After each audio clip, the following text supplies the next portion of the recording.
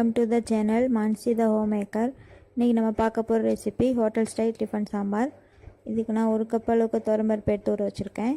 1/2 cup அளவுக்கு பாசிப்பருப்பு எடுத்து ஊற வச்சிருக்கேன். நம்ம எந்த கப்ல துவரம்பருப்பு அளக்குறோமோ அதே கப்ல பாதி அளவுக்கு பாசிப்பருப்பு அளந்துக்கோங்க. 1 டேபிள்ஸ்பூன் மல்லிப்பொடி, 1 டேபிள்ஸ்பூன் கடுகு உளுந்தம் பருப்பு, 2 டேபிள்ஸ்பூன் சாம்பார் பவுடர். நீங்கள் மேக்ஸிமம் வீட்டில் அரைச்சி வச்ச சாம்பார் பவுடரை யூஸ் பண்ணுங்கள். 1/2 டேபிள்ஸ்பூன் மஞ்சள் பொடி, 1 டேபிள்ஸ்பூன் வெந்தயம், உப்பு தேவையான அளவு, மீடியம் சைஸ் தக்காளி எடுத்து பொடியாக நறுக்கியிருக்கேன், ஒரு பெரிய வெங்காயம் எடுத்து பொடியாக நறுக்கியிருக்கேன். நீங்கள் மேக்ஸிமம் சாம்பாருக்கு சின்ன வெங்காயம் யூஸ் பண்ணுங்கள். என்கிட்ட சின்ன வெங்காயம் இல்லைங்க, பெரிய வெங்காயம் தான் இருக்குது. 2 வரமிளகா, 2 பச்சை மிளகா, கருவேப்பிலை கொஞ்சமாக கொத்தமல்லி. இப்போ நம்ம 2 பருப்பையும் ஒன்றா போட்டு குக்கரில் வேக வைக்க போகிறோம். மீடியம் பருத்தில் வர மாதிரி பார்த்துக்கோங்க, ரொம்ப குழஞ்சிடக்கூடாது. இப்போ வேக வச்சிடலாம். நல்லா வெந்துருச்சுங்க, குழஞ்சி வராமல் ஓரளவு வெந்திருக்கு. நம்ம இப்போ சாம்பார் கலந்து வச்சிடலாம். பாத்திரத்தை ஃபிக்ஸ் பண்ணிக்கோங்க.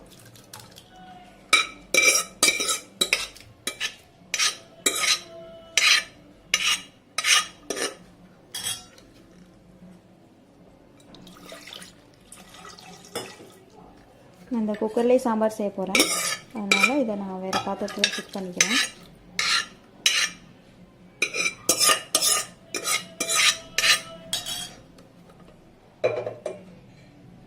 இதில்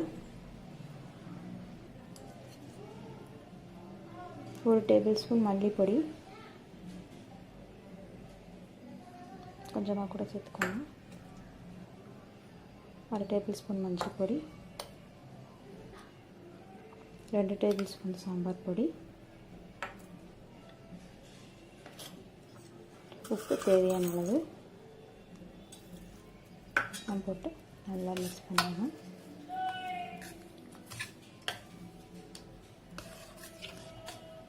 நம்ம சாம்பார் செய்கிறப்பே மிக்ஸ் பண்ணிக்கலாம். நான் ஃபஸ்ட்டு சாம்பார் கூட்டி வச்சுட்டு அதுக்கப்புறம் ரெடி பண்ணுவேன்.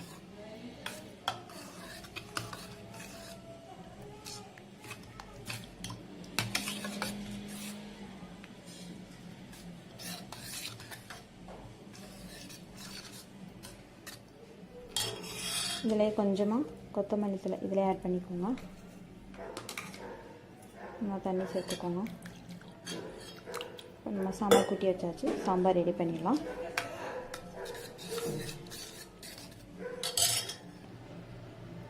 குக்கரில் 2 to 3 டேபிள் ஸ்பூன் அளவுக்கு எண்ணெய் விட்டுக்கோங்க.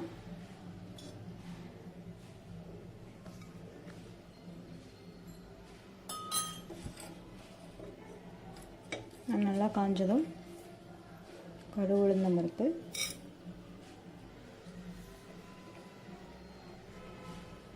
வெந்தயம்,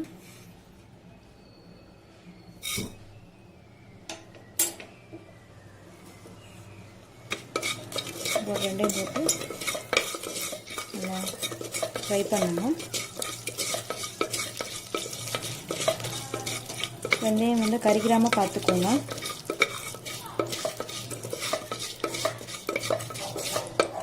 கொஞ்சமாக கருவேப்பிலை சேர்த்துக்கலாம்.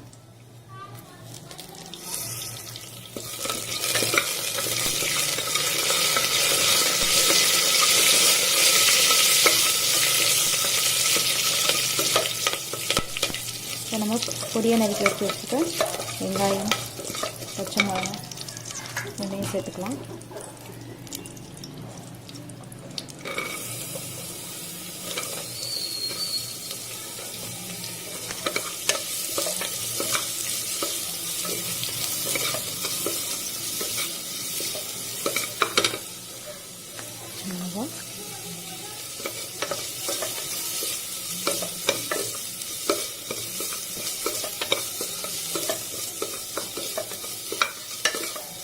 வெங்காயம் ஓரளவு ஃப்ரை ஆனதும் இந்த காஞ்ச மிளகாய் இருக்குல்லையா, நல்லா கிள்ளி போடுங்க.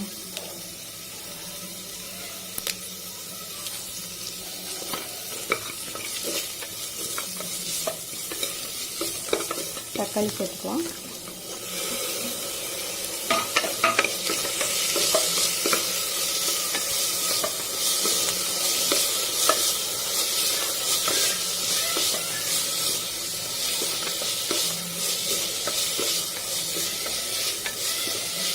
தக்காளி நல்லா ஃப்ரை ஆகணுங்க.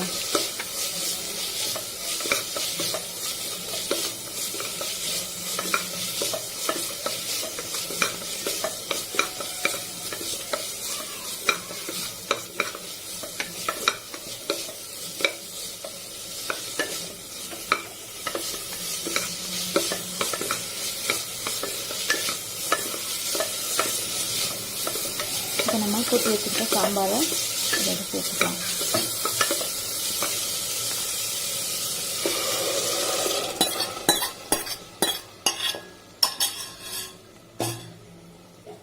கொஞ்சமாக தண்ணி ஆட் பண்ணிக்கோங்க. அது கொதிச்சு வர்றப்ப கெட்டியாயிடும்.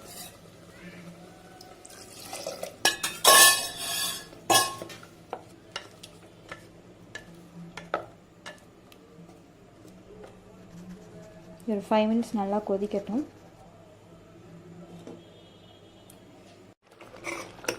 சாம்பார் நல்லா கொதிச்சிடுச்சுங்க, நல்லா கெட்டி ஆயிடுச்சு.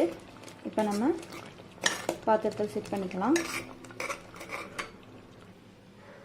சாம்பார் ரெடி. நல்லாயிருக்கும். நீங்கள் ட்ரை பண்ணி பார்த்துட்டு உங்கள் கமெண்ட்ஸை சொல்லுங்கள். உங்களுக்கு இந்த வீடியோ பிடிச்சிருந்தா லைக் பண்ணுங்கள், ஷேர் பண்ணுங்கள். மறக்காமல் சேனலை சப்ஸ்கிரைப் பண்ணுங்கள். தேங்க்யூ.